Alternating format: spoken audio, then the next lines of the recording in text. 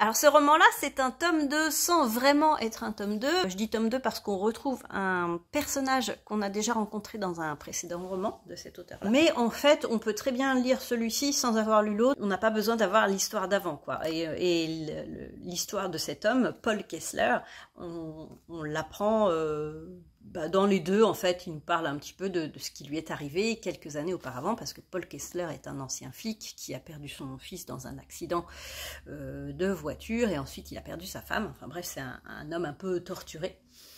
Et dans ce roman-là, il devient encore plus torturé parce que lui, il habite dans le sud, il est seul, il est tranquille, il est voilà, pépère, peinard, et sa maison est incendiée. Donc sa maison où il y avait tous les souvenirs de sa famille dedans.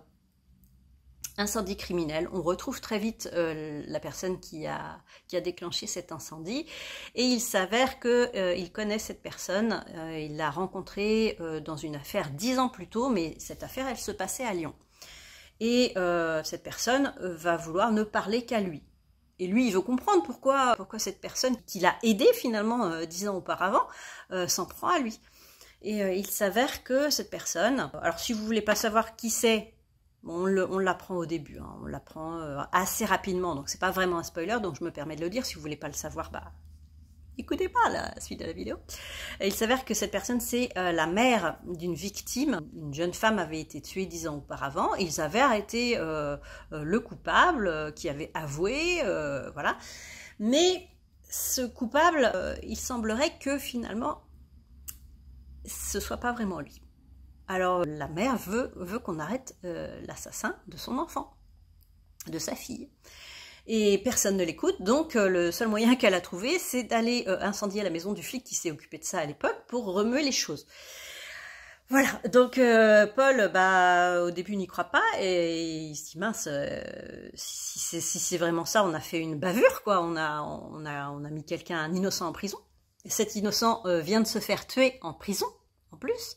Donc tout ça, ça lui paraît louche finalement, et la mère arrive à le convaincre que peut-être ils ont fait une erreur. Donc lui, il va aller voir son ancienne équipe. L'ancienne équipe, c'est pareil, ils veulent pas admettre qu'ils ont eu tort.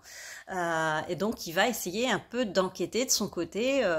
Bon, il connaît les risques, hein, il était flic, mais grâce à ça, il arrive quand même à avoir des témoignages et à enquêter, parce que les gens se souviennent un peu de lui, etc. Donc, et on est embarqué comme ça dans une histoire, je ne vous raconte pas du tout, mais voilà, c'est un pur thriller. Alors c'est pas vraiment un thriller psychologique, c'est un roman policier, c'est un thriller, c'est une enquête un peu en parallèle, parce que la police aussi, ses coéquipiers, enquêtent aussi sur un tueur en série par contre, qui sévit à Lyon, donc ils ont un peu autre chose à faire, mais ça les titille quand même, cette histoire, et l'enquête va finir par être rouverte, donc ils vont être obligés, eux aussi, de enquêter. Il s'agit de Le seul coupable de Jacques Sausset aux éditions Fleuve Noir. Je vous mets la couverture, normalement. Et voilà, donc le tome 1, entre guillemets, c'était l'Aigle Noir qui se passait à La Réunion, où Paul Kessler avait été missionné pour enquêter sur la mort du fils d'un entrepreneur.